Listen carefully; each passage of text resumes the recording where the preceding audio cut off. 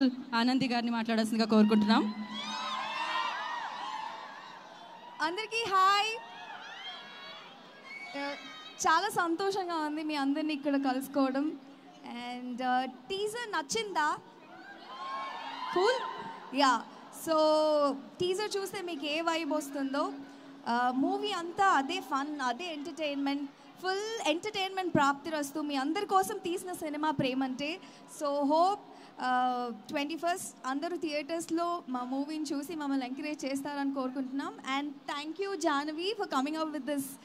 అంటే నాకు చాలా రోజుల నుంచి ఒక రామ్ కామ్ చేయాలి, నేను ఎలా ఉంటానో నాకు తెలుసు, బట్ మోస్ట్ ఆఫ్ ద ఆడియన్స్కి తెలియదు. అండ్ ఒక మంచి రామ్ కామ్ ఎంటర్టైనర్, మంచి లవ్ స్టోరీతో వస్తున్నందుకు super happy. And thank you so much Navneet, Suma ma'am, నన్ను చాలా బ్యూటిఫుల్గా చూపించిన విశ్వనాథ్ గారు, అండ్ ఫైనల్లీ మన దర్శి గారు చాలా కొత్తగా కనిపిస్తారు.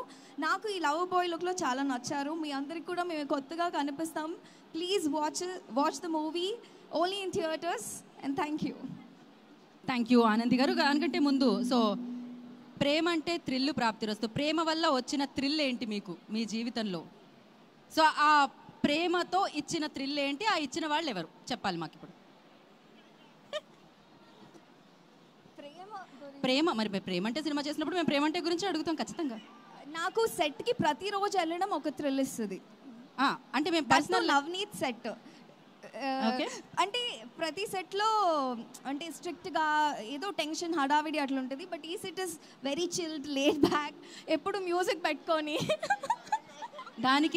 దానికి క్రెడిట్ మీరు ప్రొడ్యూసర్ గారికి ఇవ్వాలి. ఏదో చెప్పేస్తాను అంటే పర్సనల్గా అడిగాం మేము, మీ పర్సనల్ లైఫ్లో ఆ ప్రేమ, ఆ థ్రిల్లు, ఆ ఇచ్చిన మూమెంట్, ఆ ఇచ్చిన వాళ్ళు.